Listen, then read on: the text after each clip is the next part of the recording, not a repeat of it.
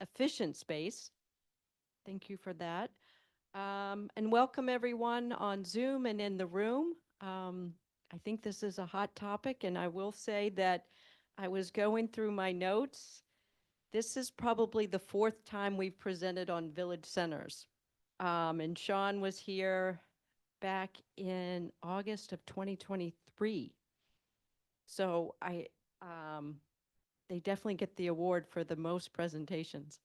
Um, let's see, back to our announcements. We are waiting for 2 grants that we applied for. We're waiting to see whether we actually won those.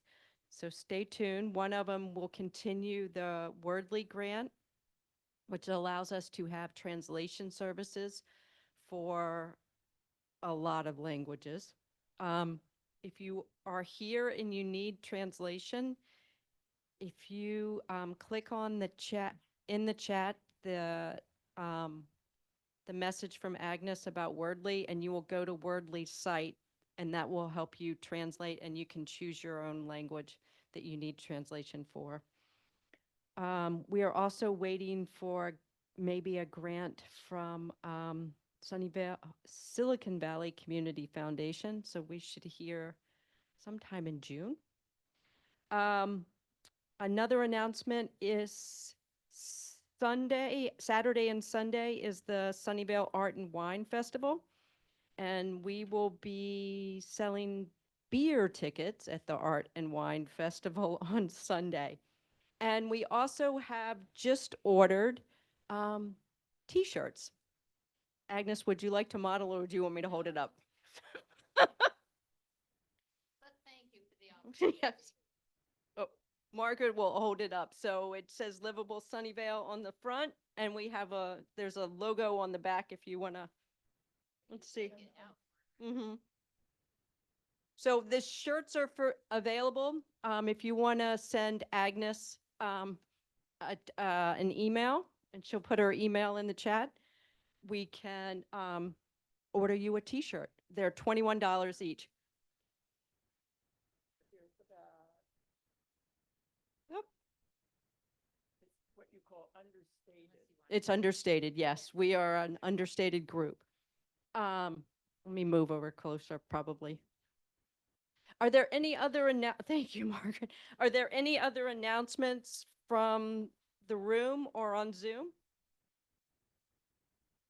Shaunn is on Zoom. Good. Um, are there any other? Oh, Tara's got an announcement. We will be holding our Leadership Sunnyvale 40th anniversary on August 23rd.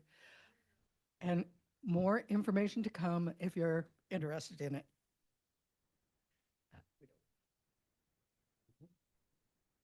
Thank you. Any other announcements before we begin? I look very blurry in one camera.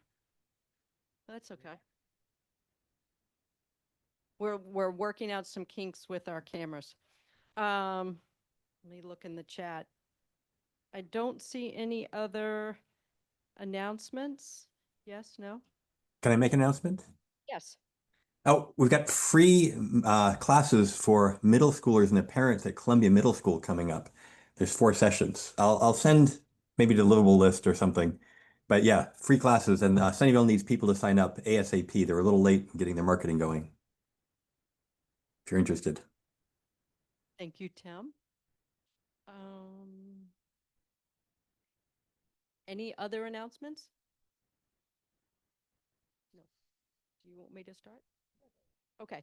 So tonight we're having a presentation or a discussion about the village centers.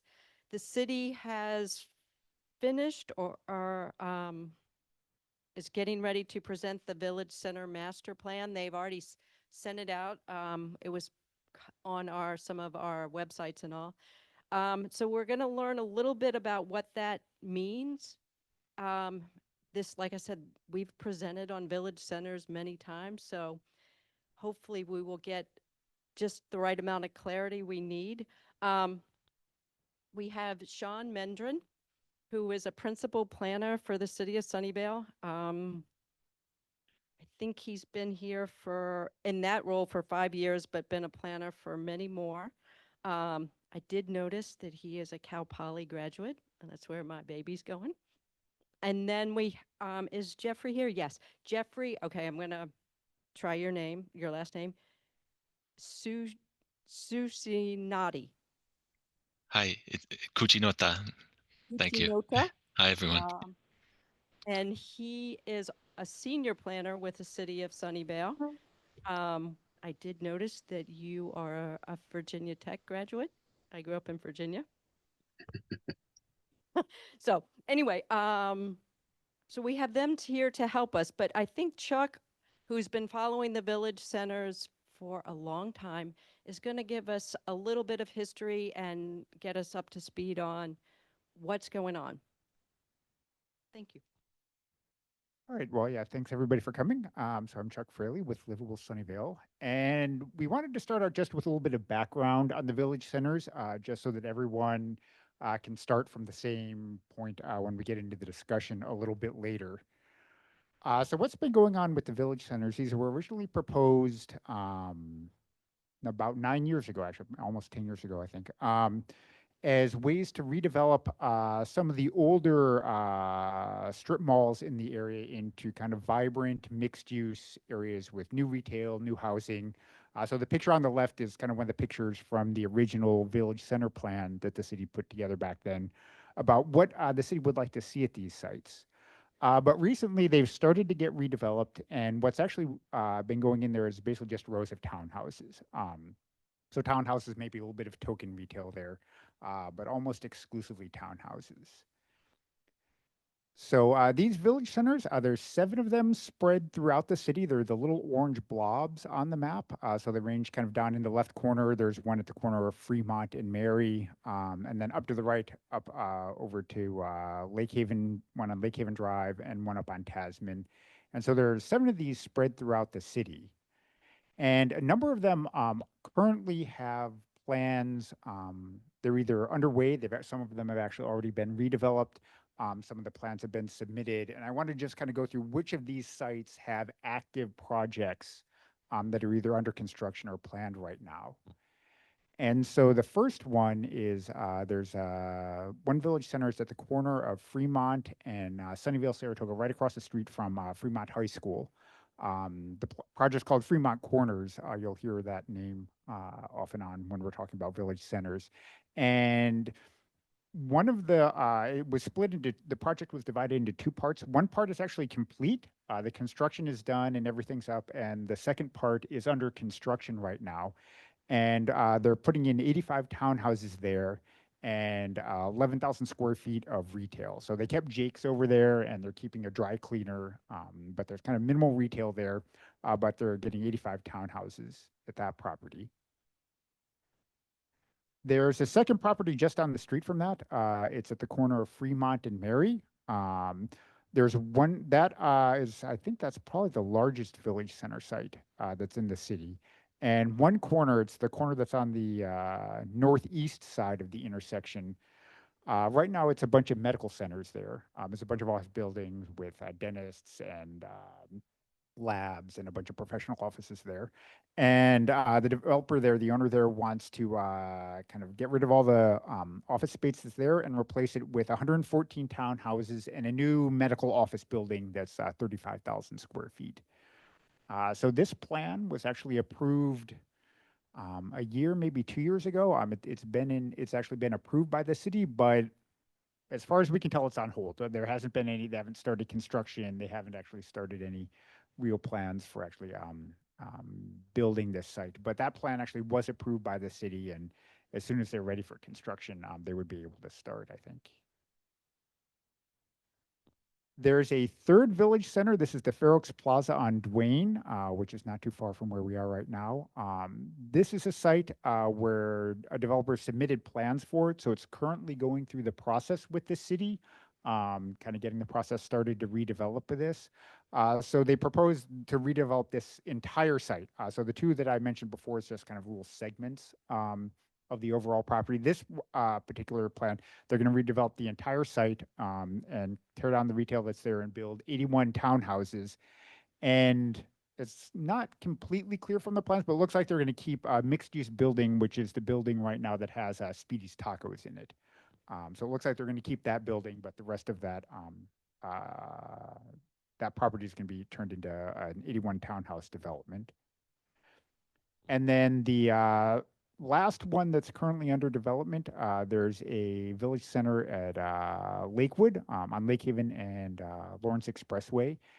And again, that was a plan. It's been submitted to the city. It actually just went before Planning Commission. There was a study session, I believe it was, before Planning Commission a week or two ago on this. So it's fairly far along in the process of getting the plans approved. And they're going to be kind of tearing down that entire property and building 100 townhouses there and a little tiny 1,000 square foot retail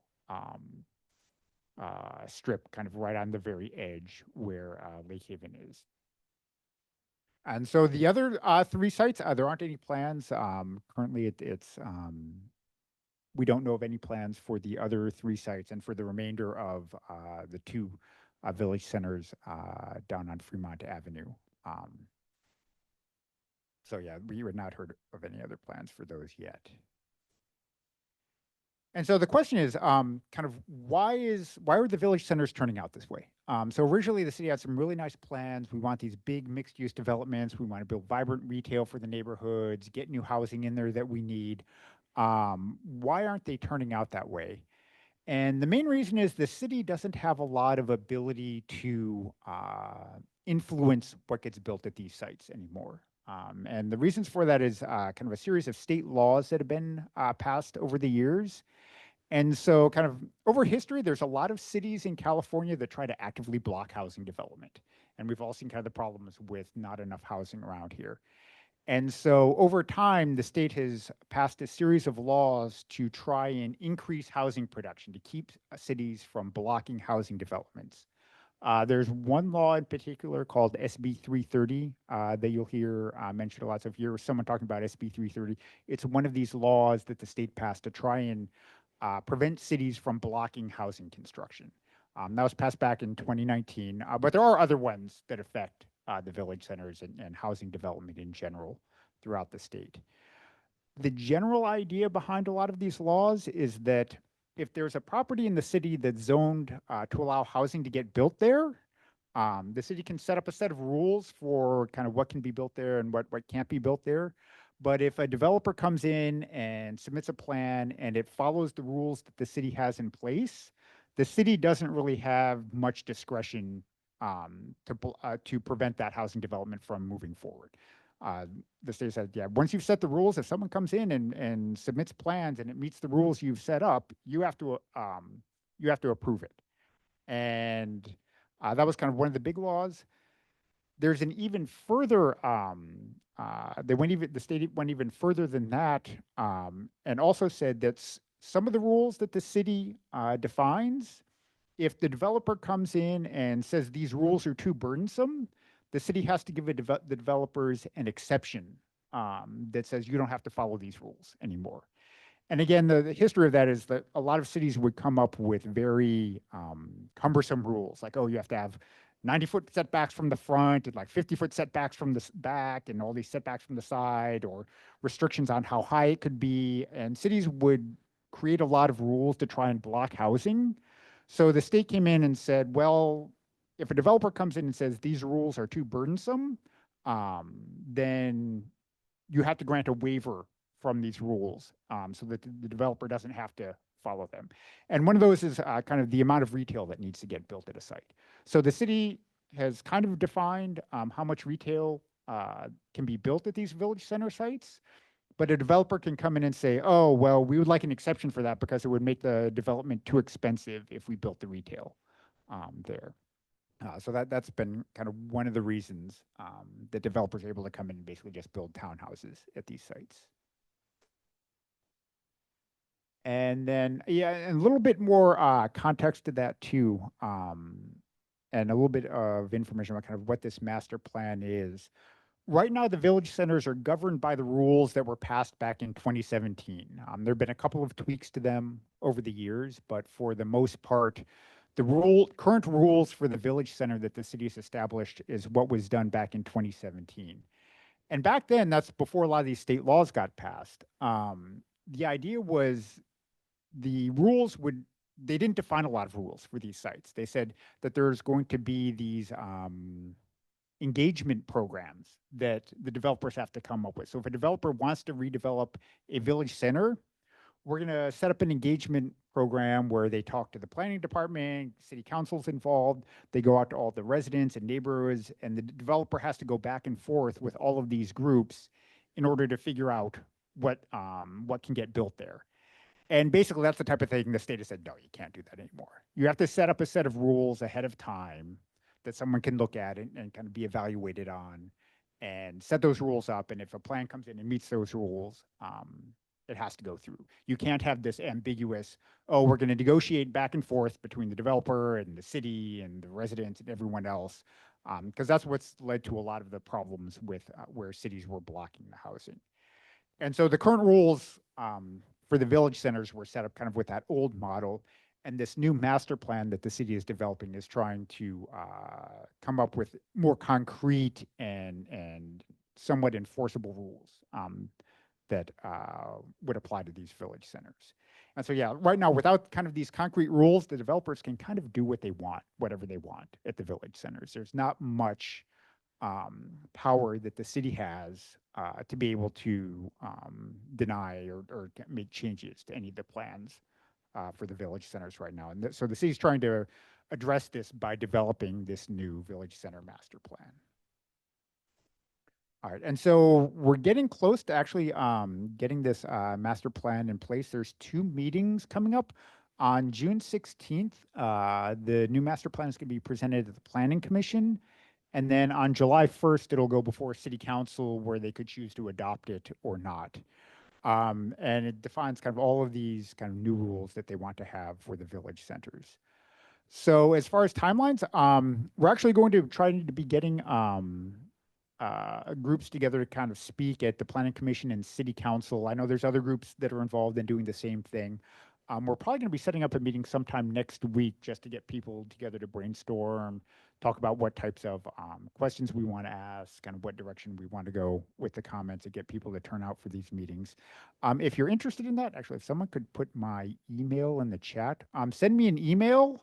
We'll put my email in chat, or if you're in the room, you could talk to me afterwards, or if you signed into the sheet, we'll send it out to the people that signed into the sheet, the information about the meeting next week. So we're probably going to try to do something next week to try and talk about what we want to do for the Planning Commission and City Council meetings. All right, so then just a couple of high-level comments about kind of what are some of the things, at least kind of I'm looking for in the Village Center Master Plan, is just how is the city going to be able to come up with a strategy to get housing and retail both developed at these sites. So on the housing side, we need the housing at these village centers. Like the picture on the left is actually a screenshot I took of, that's the new Martin, I think it's called, the new big apartment buildings in downtown Sunnyvale, which are great. Kind of, we need all of these units, but it's a little bit hard to read. It's kind of turned out a little bit small, but it actually lists shows the prices that they're asking for these units. So the 1-bedroom, 1-bath units are running for at least $4,500 a month for a 1-bedroom, 1-bath apartment. The 2-bedroom, 2-baths are at least $5,500 a month. And it's prices like that, that's what's causing a lot of the problems that we see around in our community. It's why people are moving out of state. It's why there's such a big homeless problem. There are people that have looked at kind of what causes homelessness. And so they've looked at like different cities across the country, like at San Francisco versus Austin versus Florida versus New York versus Detroit, and looked at kind of places that have a lot of homeless and places that don't. And the only common pattern, or kind of the very largest dominant common pattern of the places that have a lot of unhoused residents are places where rent is really expensive. They've looked at things like, oh, is it the weather? Oh, is it how many people have mental illness problems? So you can look and see, so this city has a higher proportion or a higher problem with mental illness versus another one, and that doesn't seem to make any difference. The single biggest thing that affects the amount of unhoused that are in a community is the cost of housing. It's why so many people need food assistance. We're in Sunnyvale Community Services. Every week they have a food distribution day where they distribute food. We from time to time actually come help pack up the bags here. There's 1,500 families or more that come every week that need food assistance around here because they're spending all their money on rent. And we need more housing. And one of the reasons that we need, or why is housing so expensive around here, it's basically we just haven't built enough. So this was just a little bit of history on housing production. Back in the 70s and 80s, the 1970s and 80s, California was building over 200,000 housing units each year. And by the time we got to the 2010s, that had dropped to 68,000 units per year. So even though the population was going up and up and up, the amount of housing we were building was going down. And it just hasn't kept up with the demand. And like anything else, if there's a shortage of something, the prices of that are going to go up. We see that every day with all kinds of things all around us. And housing is the same. Today, we're getting better. We're actually back up to about 140,000 units. So to some extent, these laws do seem to be having an effect. There's also business cycles and things like that that also affect it. But we are moving in the right direction, but we're still very far behind in housing. But in addition to housing, we also need services. We need grocery stores, and we need restaurants, we need daycares. There's actually been a lot of focus on housing, and there's like a lot of data you can get about housing production and things like that. I'm actually very interested to understand what has retail production been like in the state over time. This is a problem I don't think many people have started looking at. Housing has been the biggest problem and is something we definitely need to address. But I suspect we're actually on the path with retail, the same that we have been with housing, is that we've been underproducing retail, and that's going to kind of build up and down the road turn into a problem similar to what we have with housing right now. So the question is like, how do we build both? And actually, this is a little bit of an aside here. On the retail, one of the big things with retail that comes up a lot in these discussions is grocery stores. And the availability of grocery stores. So like if we can't build grocery stores anymore, that's a problem, right? Like if we as a society can no longer figure out how to build a grocery store, that's going to be bad. And so there's a map, actually, I'll kind of jump to this. This is a map of kind of the grocery stores currently in Sunnyvale. And in the context of village centers, the reason I'm showing this is I think there are some village centers where we have more of a need of retail in Sunnyvale, and maybe some village centers that the retail need isn't quite as high. And we may actually want some different things for different village centers based on their location. So this is actually a breakdown of kind of where the grocery stores are in Sunnyvale. And it's broken down kind of into three categories. There have been a couple of different versions of this information and slide that we presented over time. But hopefully this is a little bit clearer. That big line in the middle is the Caltrain tracks. That turned out to be kind of a nice little demarcation point.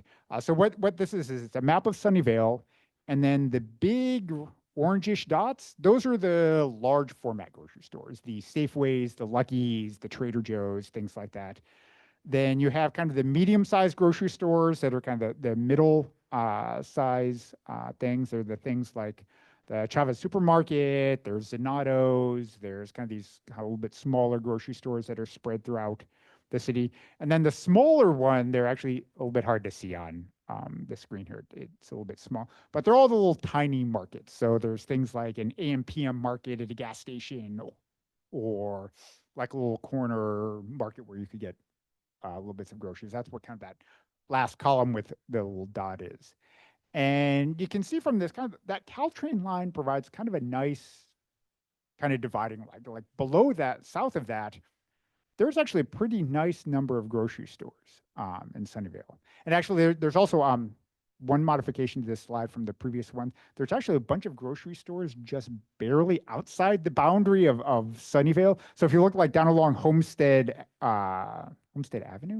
Road, Down at the very bottom, like literally just Sunnyvale's on one side and Cupertino's on the other. Like literally on the other side of Cupertino, there's a Safeway, there's a Ranch 99, there's a grocery outlet, there's a Trader Joe's that's literally right across the street from Sunnyvale. Up in the north, there's actually a Walmart that's just right across the street. So I also put some of the ones that kind of border the city very closely on there.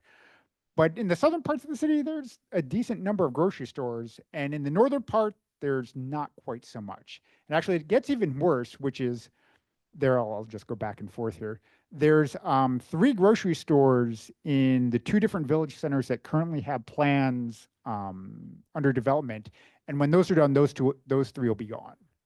So once those are gone, that's kind of what's going to be left up north of Caltrain. All right, so the Village Center Master Plan is kind of Sunnyvale's strategy for how do we actually change this? How do we get so that we can get retail and housing both built at these sites? And I'm going to do a very quick overview of the high level idea, the main idea that seems to be part of this master plan. It's actually a very long document. It has lots of rules about what are the setbacks, what are the heights, what are the architectural things what do the buildings need to look like, how much parking do they have, like lots of rules like that. But the big change, and this is something we haven't seen before that's kind of new in this plan, is they actually want to rezone some of these village center sites. And that seems to be the main strategy that this master plan is using to try and get some retail at these sites.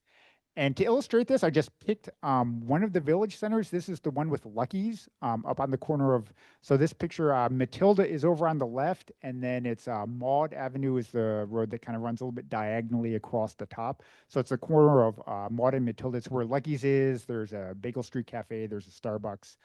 It's called in the documents Village Center 4A, and some other documents they call it 4 West. And currently it's where the Lucky's is. So right now there's 47,000 square feet of retail there. But it's currently zoned so that someone could come in and redevelop this site and build 18 housing units per acre. So kind of over the total, it's about 4.5 acres. If you multiply those 2 together, you could get about 80 housing units. You could come in and redevelop this and put 80 housing units on this site. And so what the master plan is doing is it's for all these sites, they divide them up into kind of commercial and residential portions. So this is a picture that was taken out of the new Village Center Master Plan. And so that VCC, they want to change the zoning of this from saying you can build 18 units of housing across the entire site to, there are 2 parts of the site. There's the part up in the upper left corner that says VCMU 56. In that area, you could build housing. But you can actually build it at a much higher density at 56 units per acre. But in the purple part, which is the part that's called VCC, that's about 3 acres of the property. At that one, you can only build commercial. You can't build any housing at this site. And so they've done this kind of for all the different village centers, kind of divided them up into these different parts where on part of the site you can build commercial, you can build housing, and the other part you can only do commercial at that site.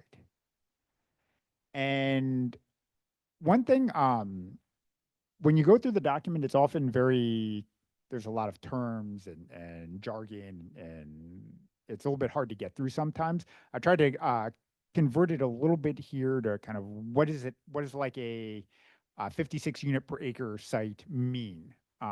So on the commercial side, that part that's zoned for commercial, it's 3 acres.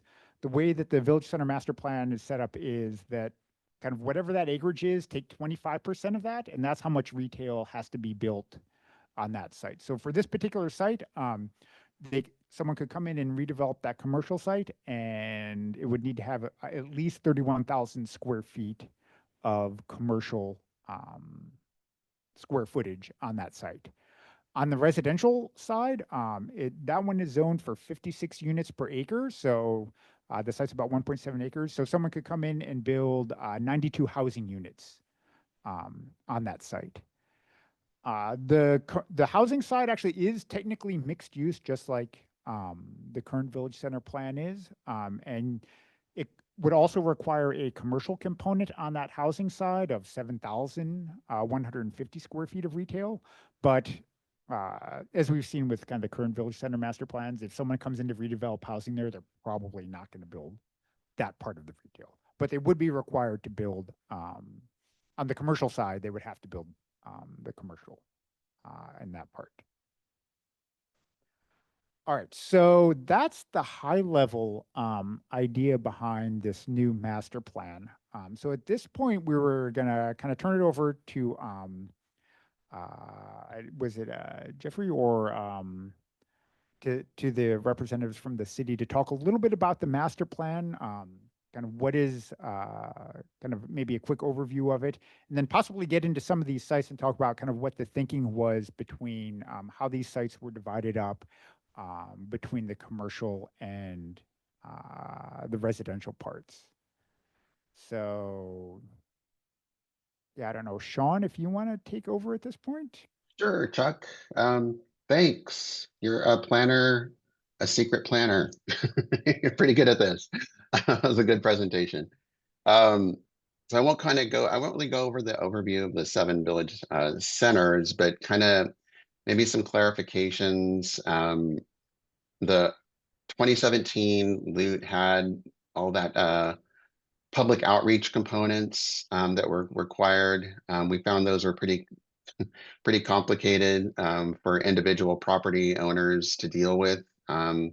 That's why we decided it made more sense to do a village center master plan for all 7 village centers. And that's kind of where we are right now. It's taken a little bit of time to kind of pull everything together along with different state laws that keep changing things on us. And I guess maybe just kind of a quick overview on what's required to implement the Village Center Master Plan. So it'll be the plan itself, which will have to be adopted by council. We'll have to do some amendments to the general plan to provide some clarifications on how the village centers will be implemented through the master plan. And then it also includes zoning ordinance updates to definitions, and then a section to actually implement the village center master plan. And then also just the associated environmental review with adoption of the village center master plan. And like you said, we're going on June 16th to Planning Commission, and then July 1st to City Council. And trying to think of what else. I don't know, Jeff, you want to chime in a little bit? Jeff did a lot. I mean, sorry, Chuck did a lot, so he kind of covered quite a bit. Yeah, I was going to say, Chuck, can we get you on staff with us to present on the 16th and the July 1st? Make our jobs much easier. Thank you. Great job. Yeah, I mean, you gave a great overview. I don't. I would say maybe you could help us focus on what is most important to you all that you know you'd like us to explain the thought process some more or answer specific questions. Yeah, really, you gave a great overview, and yeah, I think Shaunn's summary of the main actions are pretty key here.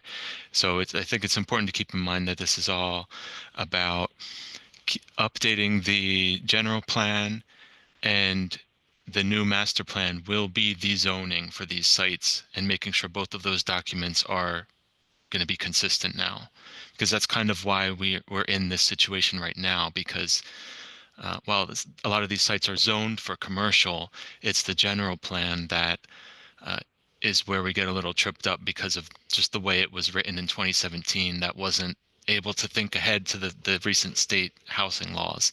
So it's kind of like a whole overall cleanup to make sure everything's in lockstep. So thank you. So yeah, I can start. We actually had a meeting last week. A number of us kind of went through and we're kind of going through and reading the master plan and kind of talking a little bit about it. One of the questions we had was kind of with the splitting up between the commercial and the housing parts. Can you talk a little bit about the thought process behind kind of like how each site was divided, like which part was going to be commercial, which part was going to be housing? So there's like with the Lucky site, we said it looked like the commercial part and this is kind of my kind of reading of it in the reading we were having kind of in this group, is it looks like the commercial was kind of defined around where all of the existing retail was. So it seemed like it was designed a little bit to kind of preserve the retail that was there and then allow housing to get built kind of on kind of the corner right near the intersection. There were other sites that it seemed a little bit flipped, where the housing was going where the existing commercial was and the retail would have to be built like on, you could think of flipping that site where you would actually build the retail on the corner. Often when we hear from developers and people that do retail, they really want the retail to be right on the corner, so they're out where a lot of the traffic is and things like that. And some of the other sites seem to be flipped more that way. So if you could talk a little bit about kind of how those sites got divided up, and kind of what the thinking was behind that. Yeah, sure. Yeah, I'll say it's well, it's not an exact science. A lot of it is based on um, well, let me back up first. So as you referred to, Chuck, we were initially contemplating zoning all of the sites for mixed use, but after some more discussion internally, we thought that it wasn't necessarily going to help us avoid the types of situations that we've already been in with these other recent approvals where, shopping center or strip mall sites have been replaced by primarily by or fully by housing. Um, but yeah, so I mean, we had to look at a few different factors. We had to look at the surrounding land uses, existing land uses on the site. On some of the sites we have these village center sites or shopping centers that share property lines with single family or duplex developments. So we tried to be sensitive to where we would show the plan as recommending building bulk and density relative to existing lower density homes. Uh, Other sites are a little bit more um, separated, at least by the fact that they have a right of way separating them from the closest single family neighborhoods. So, and that's one factor. Um, Existing property lines also kind of added an additional nuance to where we drew the proposed lines. And again, they are proposed. I mean, this is just staff's proposal at this point to Planning Commission and the council. This is not set in stone yet. And you mentioned the site 4A, the Lucky site. That's one of the examples. I think we have 5 sites that are showing up as split zoned. So in other words, the zoning boundary does not fully align with the parcel boundary, which we typically try to avoid. It makes it a little bit tricky to implement, and then you kind of open the door for, well, what happens when you have a developer looking at one of these sites and where that line is drawn doesn't fully align with what their vision is, or what might be, like the hot thing on the market that they want to build at that time. So we had to balance a lot of factors. But ultimately we tried to come to a zoning approach that balanced both the need to work towards retaining retail, commercial opportunities, service opportunities, and then also providing residential, but providing residential different uh, product types, different densities in different areas. So that's why we have the different MU numbers. That's a mixed use, and then the density that would be permitted. There was one other thing I wanted to say. Uh, right, so when in the split zone sites, we're still kind of thinking through, and we're going to talk to the Planning Commission and Council about this. What would be the best approach to kind of refine that line? Or if down the road, 6 months from now, a year from now, there might be a need to slightly adjust that line. I think it would need to be through a rezoning of that or those individual properties at that time. Yeah, so those are just some of the considerations that we kept in mind. Okay, and actually, that actually leads into, there were two other questions we came up with last week, and I think we'll open it up to just kind of everyone else to have a little bit broader conversation. With that rezoning, that was actually one of the things we had talked about when we got together last week, which is if there was a developer, say for that Lucky site, that wanted to come in and switch that, They actually did want to redevelop it, but they actually wanted to build, say, a new Lucky grocery store out on the corner and put all the housing behind, and shift it around. How easy would it be for someone to come in and kind of do that? And we're thinking like, well, if it's rezoning, that usually takes quite a long time. There's actually a project that we had presented a couple of years ago. There's a Wendy's site down on Wolf, I think it is, that the developer wanted to come in and put townhouses there. It's a pretty small property. It's just got the Wendy's there, and then I think it's a vacant lot next to it. But they needed to get that rezoned, and I think they started that submission like well before COVID, like in the 20 teens sometime. And I think it just came before council within the last 6 months, sometime. So I was wondering, is that what a developer would need to go through if they wanted to get it rezoned, or there have been thoughts about some way to kind of expedite things, like if they're still trying to meet the overall characteristics of the site, would there be a faster way to kind of shuffle those around if needed? Yeah, so it would have to go to council. Any change of zoning boundary, it's a rezone. So it would need to go through the proper legal process of noticing properties within a certain buffer, and we need to go to the planning commission and city council. So I will also say we don't know that that would be necessarily what a developer is wanting to do. A lot of this is we don't know. We don't know what a developer might want on any one of these sites, right? And there was a question that that came in about, are developers aligned with the proposed zoning on these sites? I mean, the short answer is we really don't know. I mean, we have just released the draft plan, so I guess we might get some feedback between now and July 1st. And I remember the other thing I wanted to say about the density is that it's kind of like a clustered zoning density approach. So what we tried to do was to keep the overall average density for each of the 7 village center sites at around 18 units per acre, which is still in line with how the village center sites are discussed in the current land use and transportation element. So you might see that some of the sites on the map have a higher number than 30. Some of the sites are 42 or 56.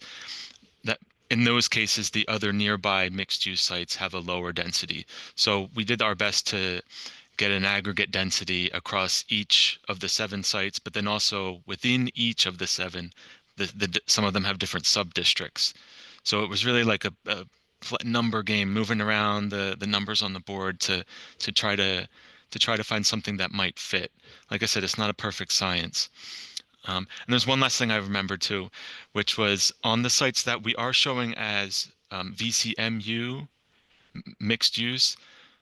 In those cases, we're still showing them to be to have commercial retail as a permitted use.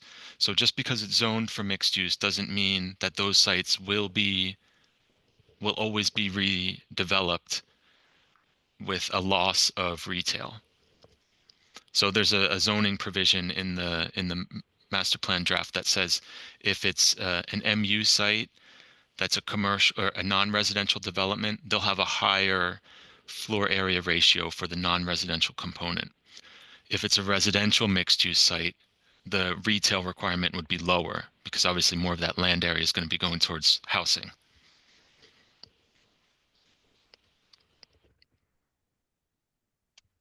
Sorry, the mic got turned off. So yeah, thanks for that. So I think we had a number of questions in here. It looks like there's a number of people online that have questions. So let's see who wanted. Yeah.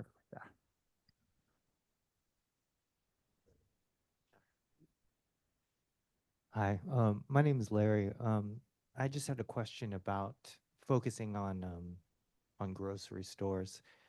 It sounds like we've learned a little bit about how you've tried to balance residential development with retail opportunities and services. I'm just wondering, have you focused at all on grocery stores, and are you tracking food security? Is that at all part of the thinking behind the Village Center Master Plan? And is there any sort of part of the plan that's that was designed to avoid food deserts showing up in Sunnyvale? Yeah, that's a great question. And it's hard to answer. It's hard to find a cure-all just with rezoning a site, right? So the zoning is what allows the different land use types and the, you know, building, massing, setbacks, all of that type of stuff.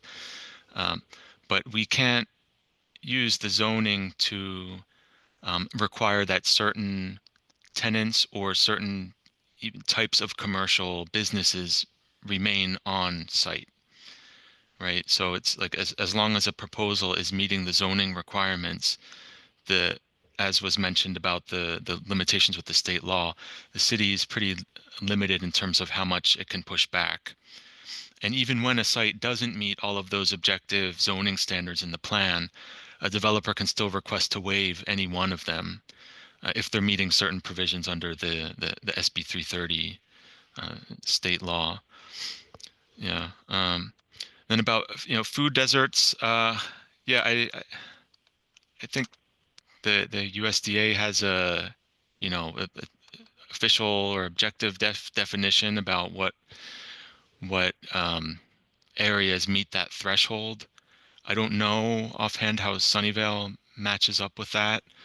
I mean, we are obviously sensitive to the concern, and it is one of the primary goals of the plan is to find ways to be creative about retaining these retail and commercial opportunities.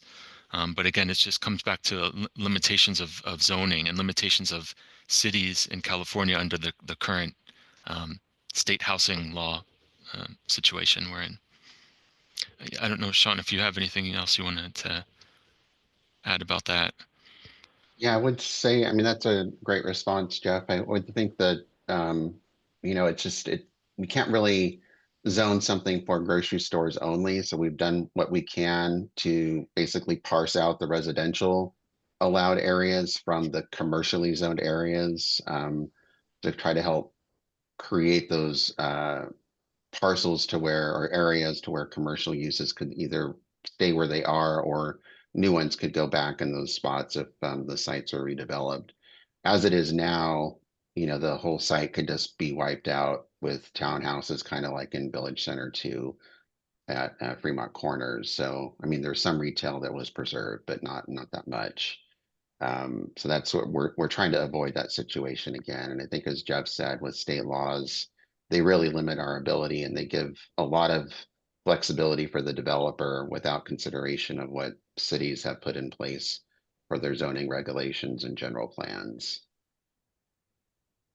Thank you. I don't want to take up too much time, but if I could just follow up with that. It sounds like there's a, a limit to what we can do locally, that there's not much that can be done. Can you specify exactly what can be done when there's a health and safety issue? And would you consider a food desert a public health issue? Is there any kind of way to locally resist? Is there any kind of step that could be tried?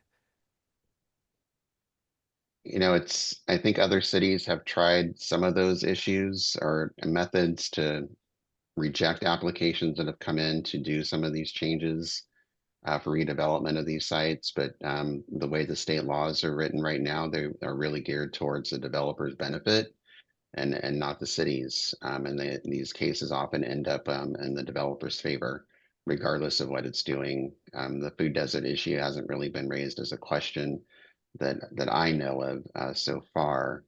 In some of these cases, it's more, you know, just the density level of what's being permitted.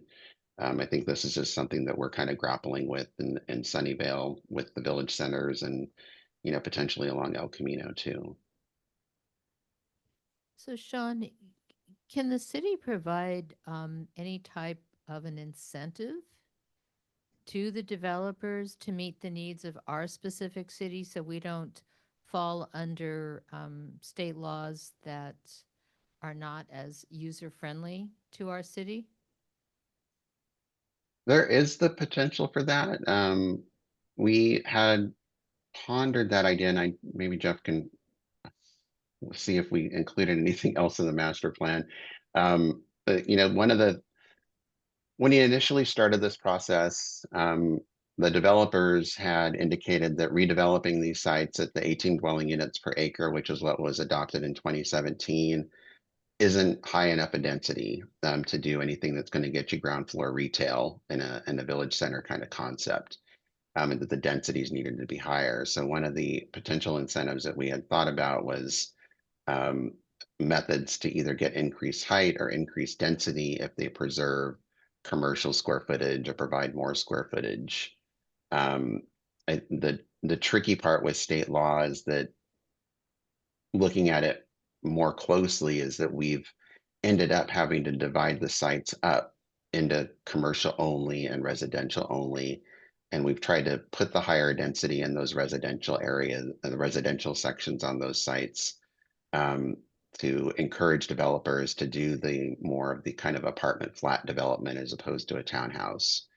And that way we can try to preserve the commercial in the areas that we have designated. And that was kind of how we have kind of implemented the incentive that we had originally thought about when we first started developing the plan. We kind of had to force it into the zoning as opposed to having kind of a program. Do you have anything else to kind of highlight on that, Jeff? Yeah, maybe just about kind of like the parameters that we've had to work in between in terms of the residential density. So, like we've mentioned that one of the actions that we're bringing to the council is an amendment to the general plan. And as part of the general plan, there's an environmental impact report that studied, the environmental impacts of certain number of residential units, both across the city, but then also in certain area plans or specific plan areas. And the village center areas is one of those plans. And the EIR at that time studied for a certain number of residential units. So now with the rezoning, we had to be able to show that there's enough zoning capacity for a certain number of units. But that's kind of like the low end of it. We also have I'm sorry, that's the high end of it. We can't go above what was studied in the EIR. The low end is that we have to show that there's no net loss of residential units that has been approved in the city's housing element that has it's part of the state certification of the housing element. So we're kind of between that rock and a hard place, so to speak, on the residential side of things. One other thing we have in some of the other specific plan areas in the city, which we're not proposing at this time right now at the Village Center master plan because of the high end limitation of residential that we have studied in the Loot EIR. And I apologize, there's lots of technical planning and zoning document terms. One of the issues there is that or rather one potential plan is a community benefits and incentives program. And in these other specific plan areas, there's a voluntary program where if a developer provides certain benefits to the community, whether it's additional commercial retail floor area or more open space area or more very low income units, then they'll get a density bonus. They'll be able to build more housing. But we're not there right now with the Village Center Master Plan because we're working within the confines of the general plan, the Loot EIR. But in the housing element, there's a program, a future program that the city will have to adopt by the end of 2026, which would be to contemplate higher density zoning in some of the southern sites, including village center sites. And so when we come back and study where those units might be most appropriate, there's an opportunity there. I'll finally get back to answer your question. There's an opportunity there to build in a community benefits program, which at that time could include retail as one of the menu items. But we're not there yet. We don't know exactly how much more of an increase in the floor area ratio for commercial might even be worth a developer's while, to make it an enticing menu item. Thank you. And then, Shaunn, I just wanted to remind you, we're going to respond to one of the state bill issues. I think it was 2011 that one of our participants asked about. Sure. Yeah, it was Gail. Yeah, so AB 2011 basically allows by right residential development on commercially zoned properties. Um, it was more of a recent law. And the I don't so it has some requirements. One is that you have to do prevailing wage, which is usually a cost that developers don't want to deal with because it makes everything even more expensive.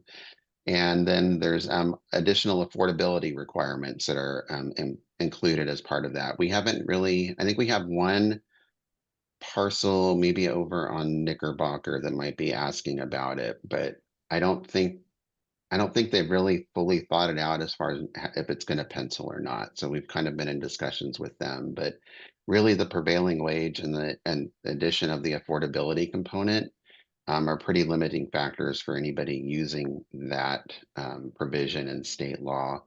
And the other requirement too is it has some other locational limitations as far as proximity to highways, and then also adjacent road widths have come into play. And then also it can't be located by gas stations or industrial areas. So those are some of those other limitations. So it's a law that's on the books, but I don't know if it'll really get used. I think it's another one that there was one SB 35 that was from quite a few years ago. But that was another one that had a bunch of exceptions to do housing, but the main kicker for that one was the prevailing wage. So nobody ever used that one at all. So I hope that answers Gail's question. All right, yeah, and actually maybe we'll go back and forth between the in-room and the online. So actually Gail has had her hand up for a little while now. Actually, Gail, do you want to follow up on that, or are there other questions you had?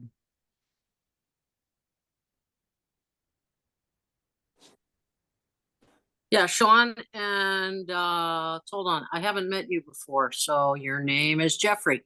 Jeffery, you sound like a real planner, so that's very nice. Listen, first thing I want to say is thank you very much for putting the effort into this, because that 2017 was like run over by a truck.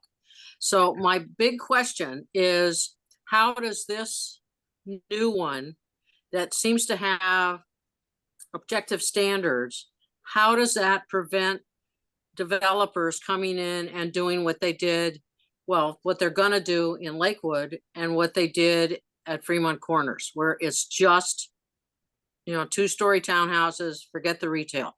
So how does this protect us? That's number one. And number two, how do you anticipate reacting to new state legislation as it happens to adjust this to attack that stuff? Well, do you want me Thanks. to? I'll go to the first one, maybe Jeff, and if you want to, you can chime in anytime. But Thanks. sure. So it helps to prevent what's potentially going to happen out at Lakewood, because we have created the separate zoning districts on these parcels, so that the current situation is that it has one zoning designation, so they can do whatever they want over the entire site. And so with the master plan, it's breaking the site up into components in the different village centers to designate the specific commercial area versus what areas would allow residential. So that's one way to ensure that they can't do residential on some of those commercially designated areas. And that's going to help protect us a little bit from that happening. As far as addressing state law, we don't know what they're going to do next. And that's been the issue. We have an advisory group now that's helping us keep track of state laws so we can talk to our representatives, but it's always important for the community to reach out to them too, because the developers are talking to them a lot, not residents of these communities that are getting affected by all these changes that are happening. And the state makes a city go through this whole general plan process, and then these state laws are just kind of undoing that whole process that they made a whole city go through. And so we'll try to be as ample as we can or nimble as we can with this plan. I think with the zoning, it's easier to change the plan because we can do it through just city council adoption if we need to make some changes to it. It'll be a little bit more flexible in that regard. But again, as Jeff pointed out, at this point, we have the confines of what was limited us with the 2017 land use and transportation element environmental impact report. So those densities are things that we don't have that flexibility with right now. So if, state law says that we have to, unless state law allows us or starts waiving CEQA requirements, which is something they haven't done yet, and that would help housing a lot more if they would actually look at the environmental laws a little bit better. Unless they start doing that, we'll have to do the environmental review, which will take a little bit of time if we're having to adjust densities and stuff. Like the program that Jeff had mentioned too for the south side of Sunnyvale. We'll have to do more an environmental review for that because that's going to be higher densities than was identified in the land use and transportation element in 2017. I hope that also want, answers your question. I really want to shout out that you changed the small area on Maud where the faux lovers is to commercial. Thank you very much for that, because that would have been a nightmare. That would not have been a village center. And the other thing is, I want to also give a shout out to your boss. Jenny Carloni is leaving the city. I don't know if any of you guys know that. And I just want to give a shout out to Jenny and her leadership in both the housing and also mobile homes. So there you have it, Shaunn. Thanks. Thanks, Gail. You too, Jeffrey. Thank you. Jeff's been a great help. Two quick comments. There's actually a question in the chat I'll get to. There are actually a couple of puzzled looks on Gail's comment about the mod. So I thought I would actually just bring this little map up so people know what she's talking about. So this is actually a village center just down the street from Lucky's on Maud. There's two little strip malls. I forget what is there right now. Ball Lovers, Cito Sushi, there's a Ranchito there. Ranchito. Yeah, the nearly new shop there. Yeah, so those two, this new plan actually says the only thing you can build there is commercial. You can't build housing there. So they've kind of basically taken that off the list of a site that someone could come in and build housing there. So those are actually completely commercial only sites in this new plan. So that was a little bit that Gail was talking about. And then there's a quick question Courtney had in the chat just about vacancy rates in apartment complexes. Do we know kind of what the current rental vacancy rate in Sunnyvale is, especially for like the apartments downtown or like the AMD sites? I don't. We might be able to have some of that information for Planning Commission on the 16th, just kind of in our back pocket if it comes up, but don't know that off the top of my head. I don't think it's really a high vacancy rate at this point. I think everything's pretty filled up based on the rents they keep charging. And I know that Martin downtown has been filling up pretty quickly, actually. That one, they were surprised at how fast it's filled up. Okay. So then we have some more questions in the room now. Go over here, this side. Hi, I'm Himanshu. First time joining Livable Sunnyvale. Thanks for having the meeting. This is a very important topic. So I represent the Fair Oaks Plaza. There's a few of us from that spot there. Couple of questions with the new Village Center Master Plan. I didn't understand the 25% and 10% requirement there, because you mentioned the VCC is required to have 25%, but if you're saying that it can't build anything else on top, why is that 25% requirement there? So is there a question about the concept of floor area ratio, or more specific about any one site? I missed part of that. I'm sorry. I think Chuck was showing one thing there. That's a 25% requirement for the floor. Was it that floor area? Right. So, yeah. Do you want to bring that slide up? Maybe I can speak specifically. And actually, all of these slides were kind of completely mine and a couple other people's interpretation of this. We may have gotten some things a little bit off. So yeah, if there's anything we said that was just like completely off base, please feel free to correct the record on those. Is this the Sure. one you're So talking about with the Yeah, the yeah, new so- zoning Yeah, estimate, the we're saying? 25% FAR, if it's VCC, why is 25% there? So this would be if the purple VCC portion of Village Center 4A was to be subject to a new developer proposal as of the day that this plan is effective, assuming it's all adopted, right? The city requirement would be at least 25% of the land area on those lots have to be allocated to the floor area, the building, the portions of the building that would be for the commercial uses. So basically the building footprint, if it's a full commercial building, it has to be 25% of the lot area. But if it's a mixed use site and they're proposing a residential mixed use building, say for example, ground floor retail with 2 or 3 stories of residential above, then the floor area ratio requirement is a minimum of 10% on a mixed use development. Now, on a VCMU site, what I was saying before is that commercial only is still a permitted use. So someone could, in theory, come back. I don't know why this would happen because it's already a fully commercial site. But if someone came in and proposed a new commercial only redevelopment on the entire 4A site, technically that would be permitted under the proposed zoning. And in that case, the minimum required floor area ratio would be 25%. Maybe you can explain the floor area ratio, if you don't mind, as to Yeah, so it's what a that accounts for BCC. For specifically for VCC, the 25%. So what exactly does that mean? Does that mean you're allowed to have parking in the nearby area? Maybe just if it's fully VCC, why is it still 25%? I'm not understanding that. The Sorry if I'm not 25%, following. yeah, the 25% is basically addresses any issues for on-site parking, because the building can't take up 100% of the site. Got it. Because unless you do underground parking, which most people aren't going to do because it's expensive.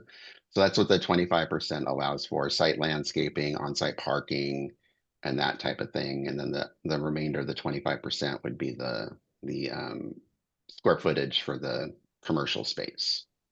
That makes sense? Yes, thank you. Sure. I think just kind of going back to Larry's question about the shortage of food area. Have you taken into consideration the new housing that's being built in the Fair Oaks area? There's 1,500 new houses that have been built since less than 10 years. And have you taken that into consideration in terms of adding the way that you planned this? And then finally, what about rezoning some of the commercial properties that is not currently having any retail, but rezoning or basically, eminent domaining it? I'm not sure how much of a, because I think there's one of those things where if housing is such a shortage, why is retail being taken away in place of housing? Can we not do something else? Yeah, I mean, with the Fair Oaks Plaza one, is one that's it's already in the works right now, and it got in under the existing state law. So we kind of have to work with what we have in place. There is the potential where we could rezone some of the other industrial areas, maybe across Stewart, into commercial to kind of create another commercial corridor that's still near where you guys are, but still provide those services for you.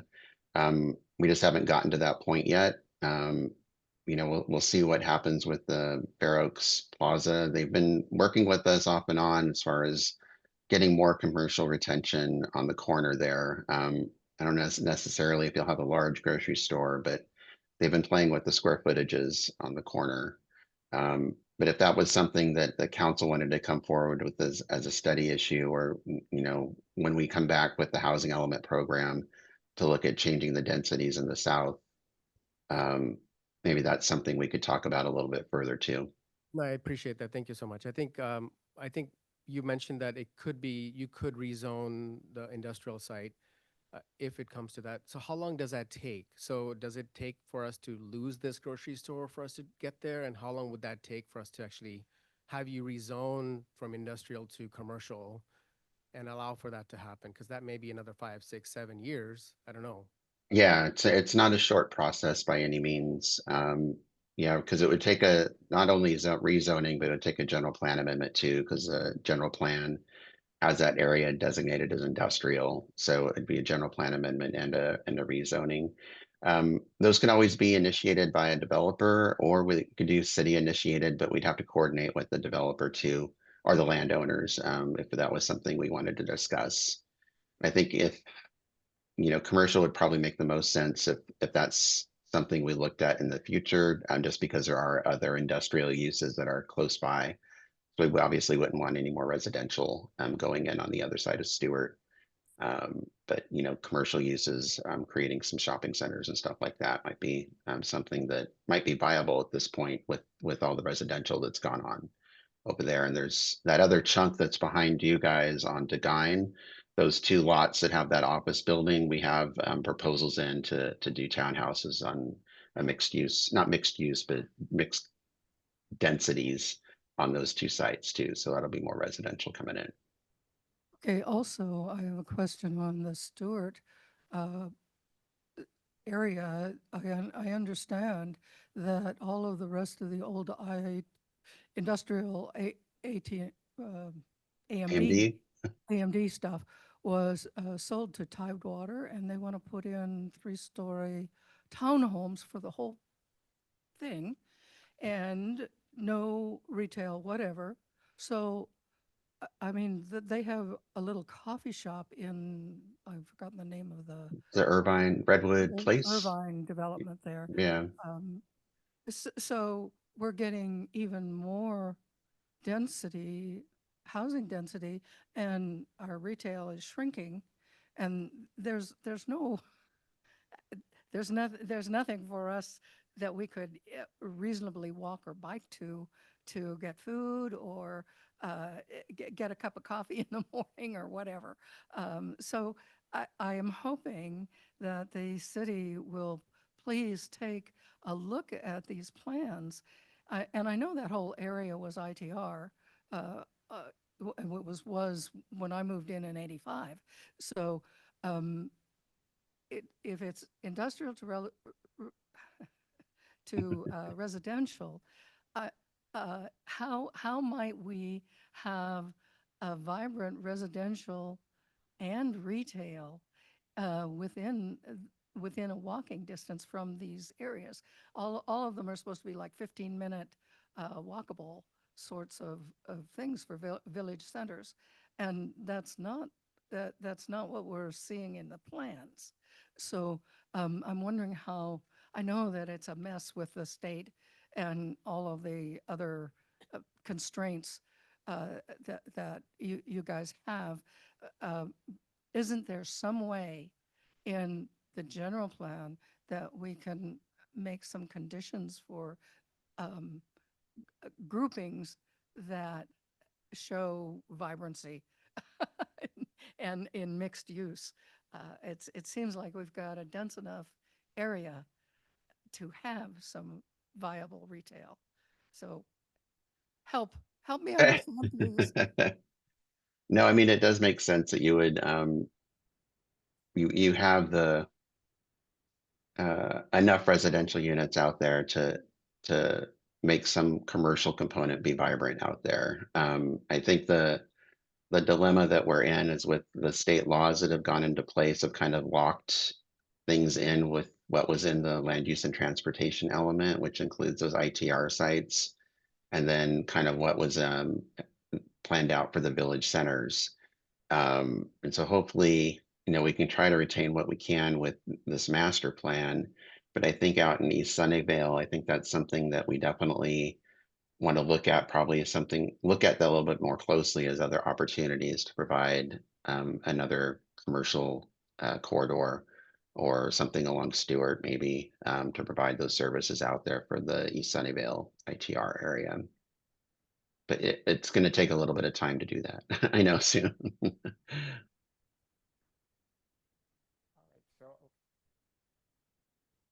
All right, so actually up next is Charlene. Do you want to go ahead?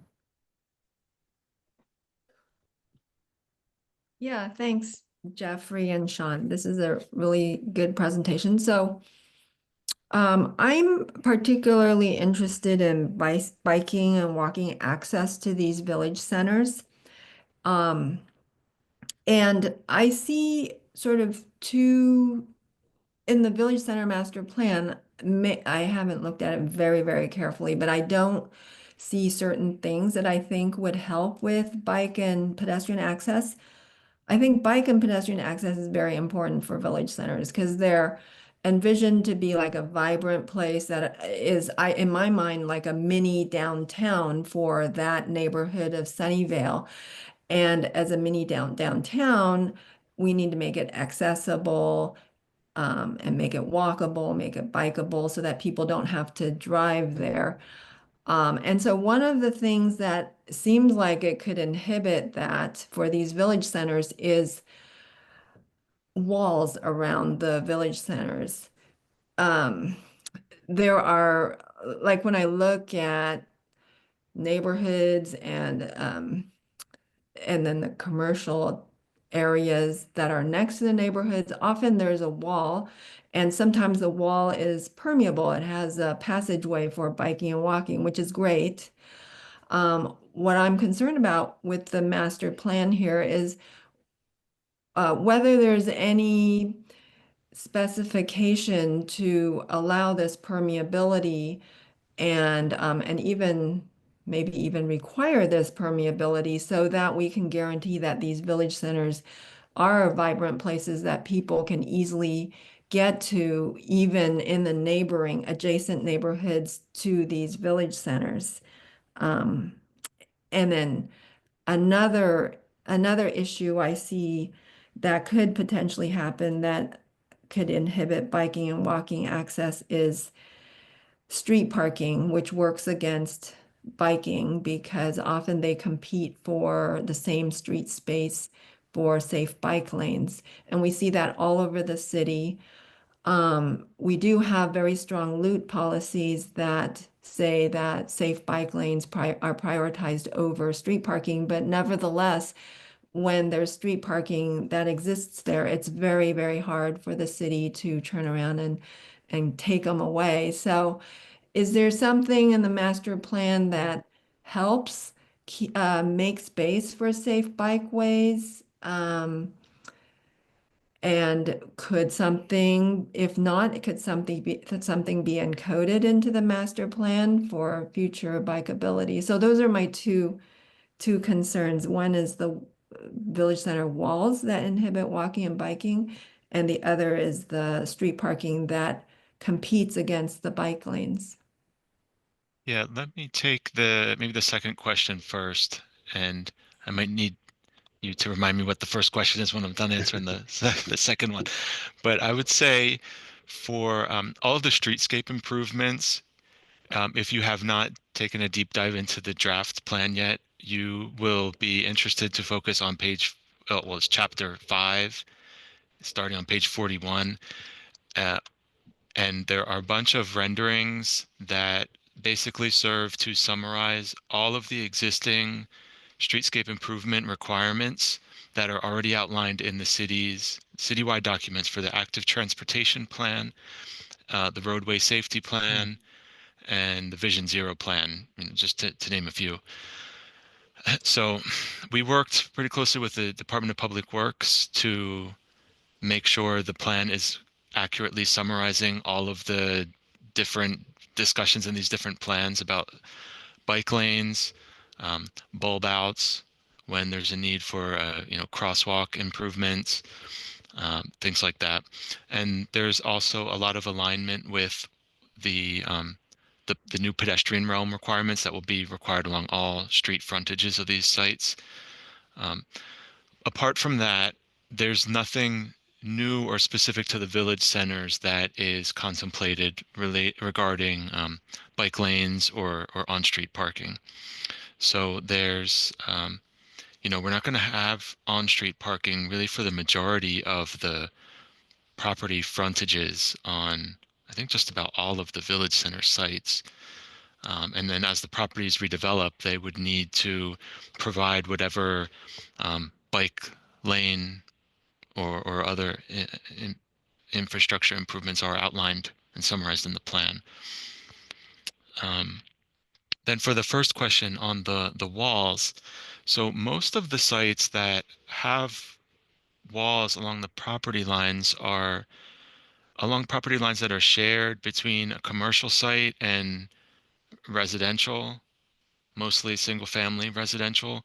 So in most of those cases, there's not really an opportunity for any permeability or connection, across that site, because you'd be going right into someone's backyard. And, we don't have any adjacent publicly owned properties that are not in the village center. They're adjacent to a village center site, but not in the village center. So we're kind of limited there. There is one site in Village Center 1D. That's the southwest corner of Mary Avenue and Fremont. There are a few office buildings there now. There is currently a wall along the western lot line, which is Kitimat Place.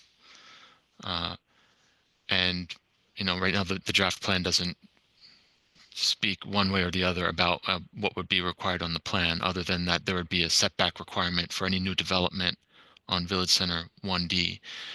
And then there were some comments we received from the neighbors in that area about wanting to keep the wall there. So if the sites were to redevelop, they do not want a connection that would be accessible to the public.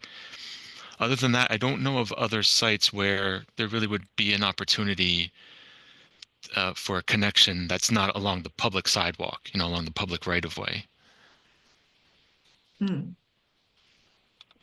Okay, yeah, thanks for that clarification. I do see, I have the master plan open and I do see the bikeways in the maps that you were describing, and there are bikeways in the ATP for these particular locations. So that's good. So from what you describe, it sounds like it's not necessary then to put in some statement in the master plan saying that safe bikeways take priority over street parking because there's not going to be a conflict there? Well, I'm not saying it's not necessary. And I would say this as a general comment to any feedback that anyone in the room or on the call would want to make sure we make as part of the public record, to put it in writing and send me an email, and we'll make sure it's attached to our staff report. And we'll do our best to consider any amendments or proposed changes once we get to the public hearings. So it's not that it's not necessary, but I think in most cases, the need for the bikeway improvements that are already outlined in these citywide documents and are summarized here would kind of, the standards already kind of negate what street parking might come into play. Yeah, and then just one specific question, one more. The Village Center 6, which is the one at Lawrence and Lake Haven, it's right at the end of the John W. Christian Trail, the multi-use trail, which currently people on the trail, we can just bike to the end of that trail and then go through the parking lot in the northwest corner. But it looks like, I don't know if this is the case, but you can tell me that the Village Center is going to disrupt that access to the bridge over Lawrence Expressway, which we currently get to via that parking lot. And so is there a consideration into how we can still get to the end of the JWC trail and go through the Village Center to get to that bridge? Yes, Do you want me to go? you can go ahead. So, that property is Hetch Hetchy Waterway, and it's owned by the San Francisco Public Utilities Commission. And we have talked to them a few different times about access across that easement. And they don't really want to budge and provide any public access across that easement. And we have no control over that easement. The Greenway, we've gotten into agreements with them in the past for some of the other Hetch Hetchy areas to have just a pathway and plantings. They don't want any trees or anything like that in those areas, so that's why they're kind of just grassland areas with a trail. But for this particular one, have voiced some concern about being able to have access in case they need to do maintenance or anything like that into the Hetch Hetchy aqueduct area. And so they don't want any access easements between the two sites for this Lakewood shopping center. So that's why the zoning is, I think we put it back to public facility, right, Jeff? And then had VCC on one side and then Mixed use to the mixed on the north. other. Yeah. Yeah, actually, just to add a little bit more clarification, that portion of the trail lot that is currently a parking lot for the Lakewood Shopping Center, that site is currently in the village mixed use land use designation. So it was initially intended to be a part of this master plan. But because of the feedback we received from the Public Utilities Commission, we basically had to revise our maps to remove that strip parcel from the master plan mapping and remove any kind of reference to the city encouraging bike connections or bike ped path connections. So we understand the need for this and the great opportunity that the redevelopment of this site provides us to make a connection. We've made that very clear to the developer, and we've made it very clear to the Public Utilities Commission. Unfortunately, our hands are tied. I will also say, if you're interested in hearing more of a robust discussion of this topic, we discussed it at the Planning Commission on May 12th, study session on May 12th. So there's the recording you can watch on the city's meeting website. And just so I understand, the easement area that you're talking about is between Village Center A and B. Is that 6A, right? 6B, yes. Okay, got it. Thank you very much. So we'll next go to a question here. Actually, just quickly before that, I just wanted to, since we're talking about transportation, there actually are parking requirements as part of this master plan. So I know a lot of people have been concerned about and interested in the parking. There are some specifications in this document if you want to go look those up on what the parking requirements for these are. Thank you, Chuck. I really appreciate all the background information.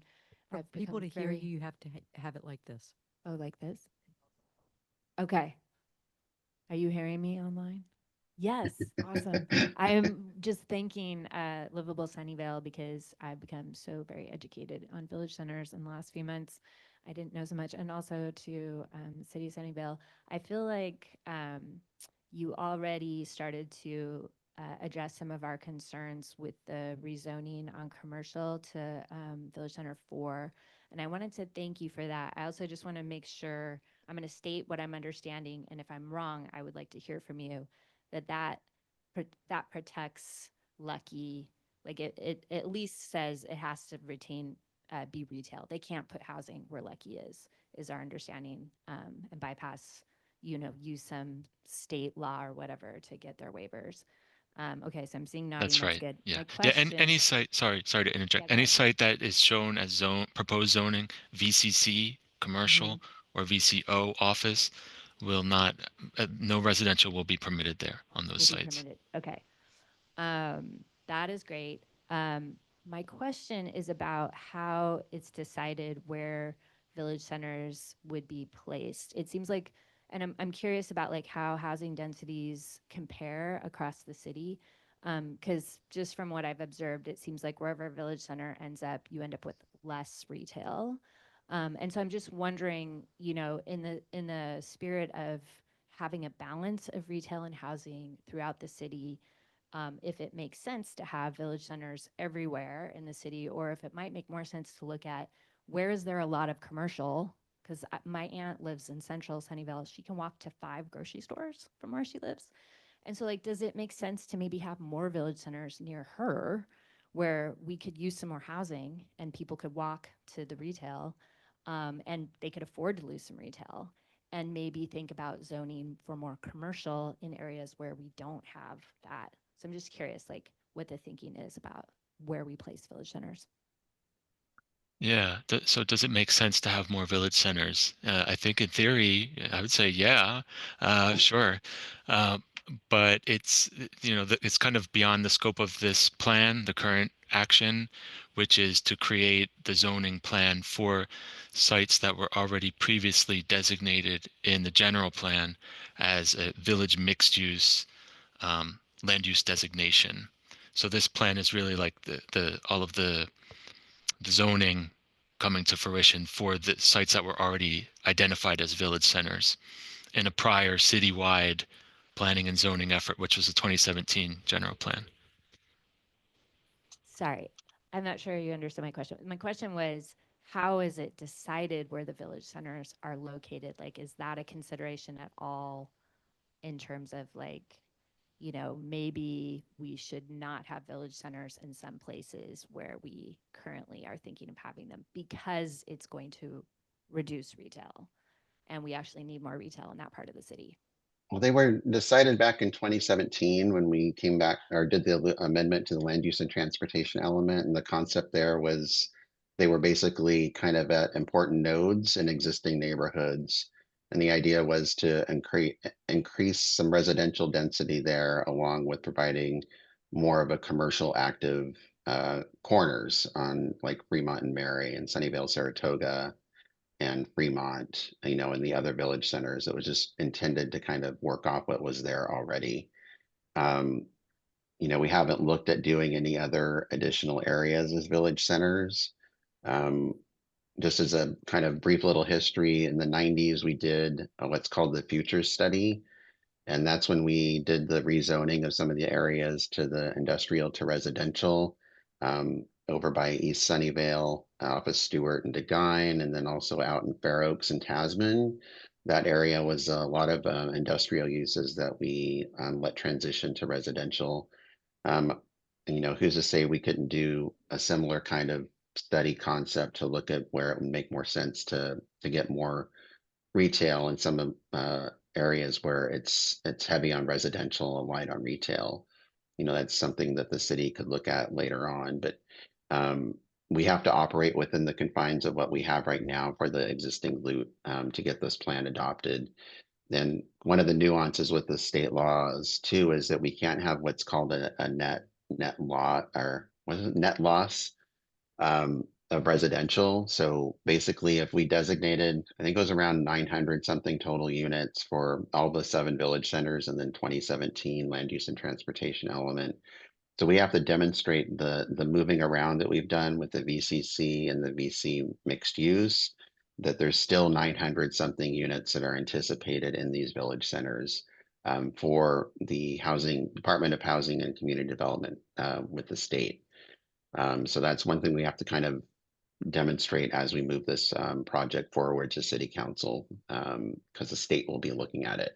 And so we don't want a situation where they look at it and say our housing, it's inconsistent with their housing element, and they try to decertify our housing element. And then we're even in the worst of a bind with dealing with builders remedies projects, and we don't want to go there. So we have to kind of get this over the line right now, and then see where we end up to work on other stuff. Hope that helps. All right. So then next up, Tim has his hand raised, and I think there was Rose, but she might have dropped off. But Rose, if you're still around and have a comment, raise your hand again, and we'll get to you after Tim. Go ahead, Tim. Oh, thanks. So I was on the citizen group that helped with the El Camino Real specific plan that I think covers most of central Sunnyvale. Is it going to run into the same issues that our city center or our village centers have run into as far as redevelopment challenges? Yes, Oh, no. unfortunately.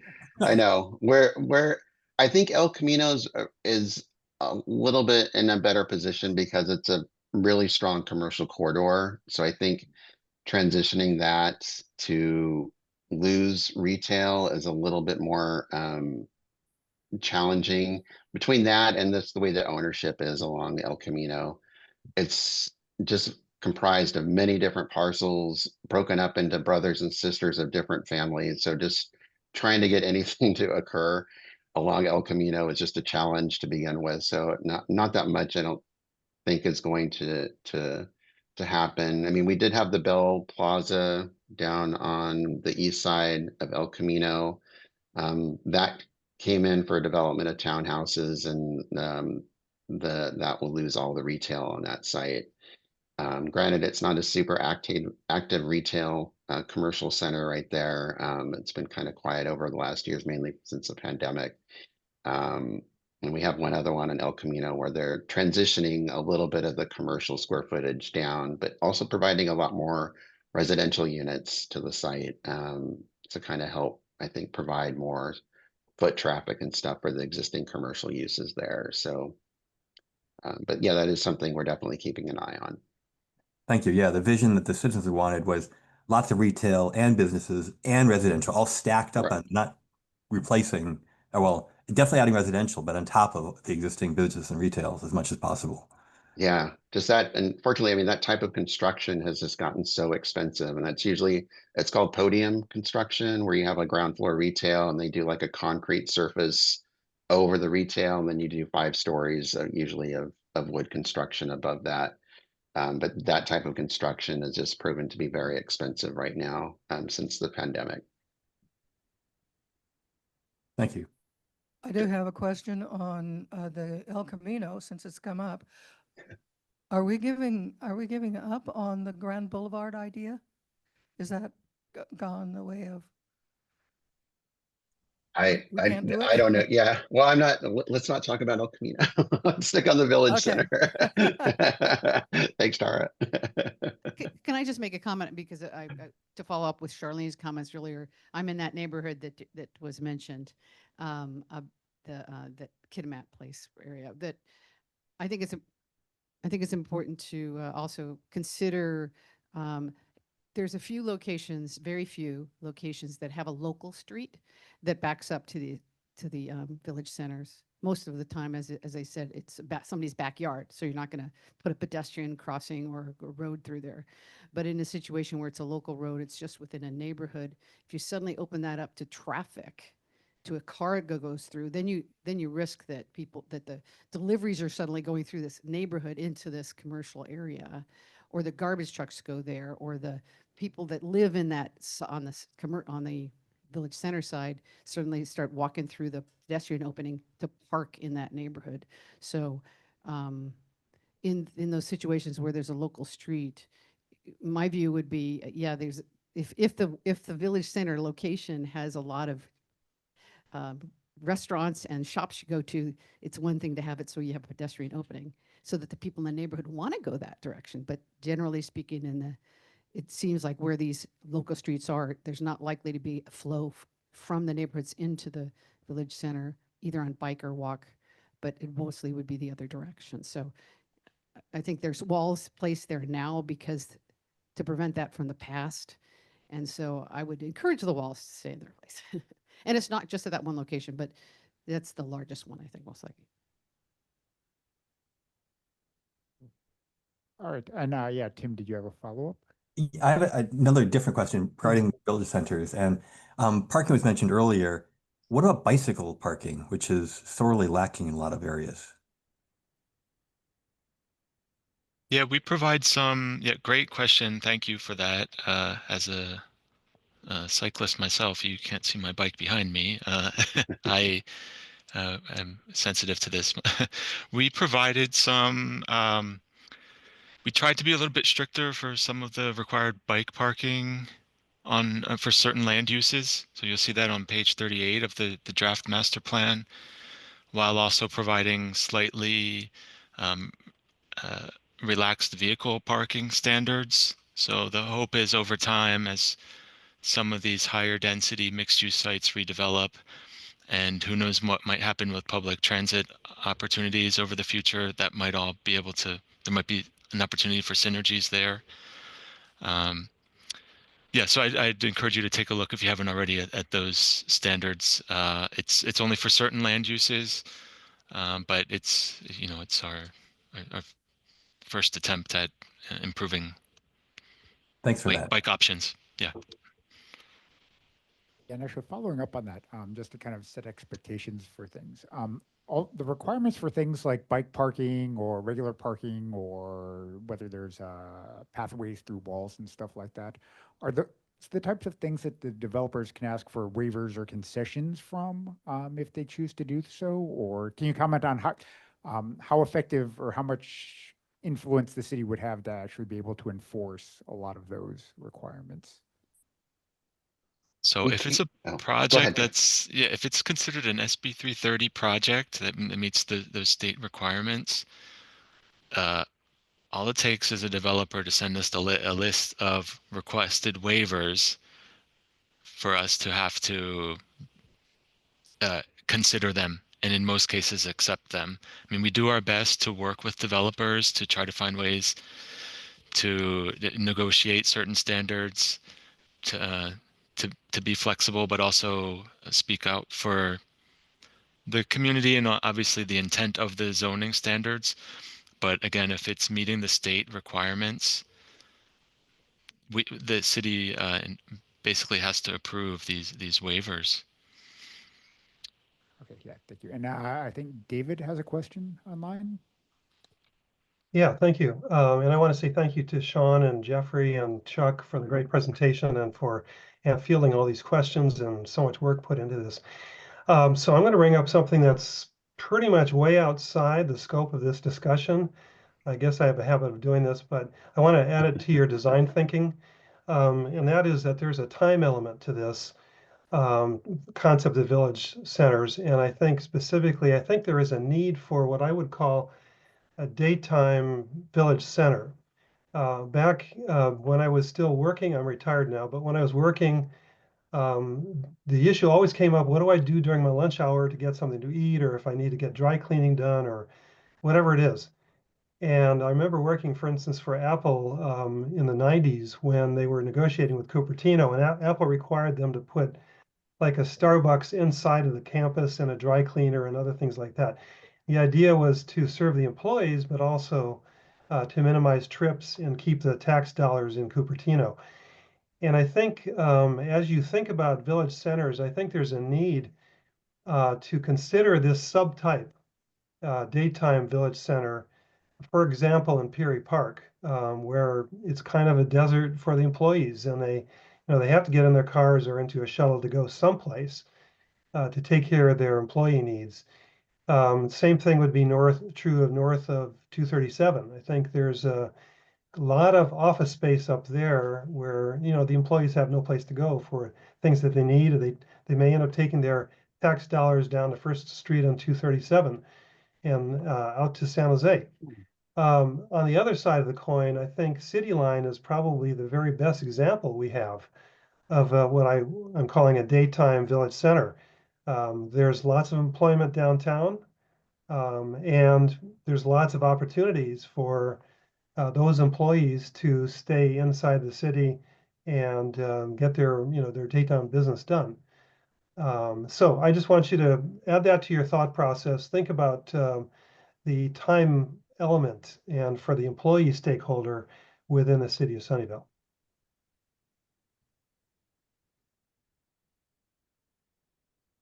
All right, yeah, well, thank you for those comments. And we're starting to get to the end of the meeting. I was going to open up for any last questions or comments people have online or here. Hey, Chuck, can we, you sent us the questions ahead of time that you guys had.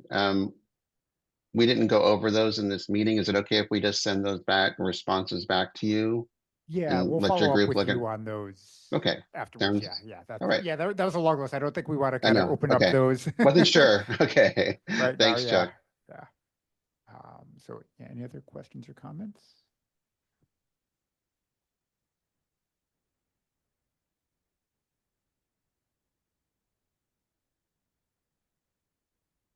Thank you. Thank you again for coming and speaking to us.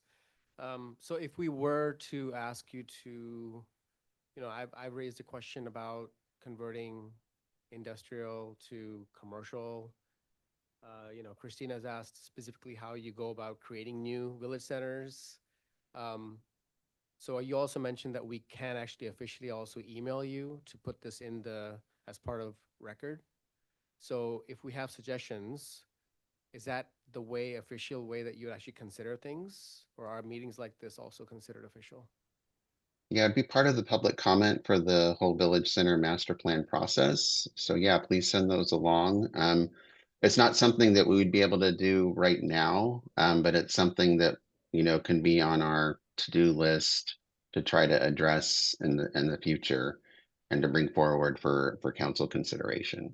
So what makes it a higher priority? If the entire neighborhood, for instance, signs a petition and says they need, I don't know, 1,000 signatures that say that this is something that's important to us, would that raise the stakes? It's always good to get public comment and signatures. It's up to the council, but right now we have a full plate of things we have to work on for our housing element, in order to just keep it certified so that we don't have a decertified housing element. So it'd just be a matter of reprioritizing some things, Sure. I'm but not yeah. talking about the current VCMU that you're trying to pass. I'm Mhm. basically asking specifically about creating new village centers, for instance, right? So I know that Mhm. study has to go in, might take a couple of years, but in order for us to kind of get that plan started, um, I'm just trying to understand how we would prioritize that, I guess. Yeah, I would say, um, if you want to if you've gone on our city's website, you can look into what's called the council study issue process. And you can look at maybe getting a proposal in for that. And so basically, and I would look at it soon because the whole process starts in the fall, and they do a whole ranking of those study issues in January and February of next year. And that's when stuff gets reprioritized and projects can get created to start working on. But that would be the best way. And just talk to your local council member too for your district. Oh, we have. Thank you. Okay, sounds good. All right. Well, thank you, Shaunn and Jeff, for coming out tonight. It was great for you to spend your time with us and to answer the questions. So yeah, thank you for that. And I will turn it back over to Angela to wrap everything up. Great. Thanks a I lot, just- everybody. Thank Have a you. good night. I want to thank you all again. This was a lot, and I will say there's a lot of people here. There's a lot of people in the room. There's a lot of people on Zoom. And I think this is something that is bringing people together that we have a need. What I heard from, can't remember if it was Shaunn or Jeffery, but we have to advocate to our state officials. And we're just starting the process at Livable Sunnyvale of working on writing a letter about AB 609, which is CEQA reform. Because part of what I've heard from you guys and in the room is this stuff takes a long time. And if we can work through, also what I heard from you two is the state has kind of said, okay, there were not some good players in the state of California, so we're going to punish the whole state by saying everybody has to do this. That was kind of a harsh way of what I just said, but It's true. we're all friends, right? So kind of what we have to do is we have to advocate for what we want. And what I heard from you guys also is developers are advocating, but not us residents in the capacity that we need to. So we at Livable Sunnyvale need your help. Thank you for coming. And I think also what I heard is maybe we need to have, I know the city, we've talked to Mayor Larry Klein. There is a retail plan. We don't know exactly what that means. And so maybe that's our next speaker is, I forget, Christina Versalis and I forgot their names. But maybe that's part of the next step is, can we talk to them and have them present about how do we get the retail that we want in certain areas? There may be an option. I don't know. But that's another thing to consider. Thanks, everybody, for your time. I forgot your name, too. Deanna also was echoing that, it's like we need to do some more work here.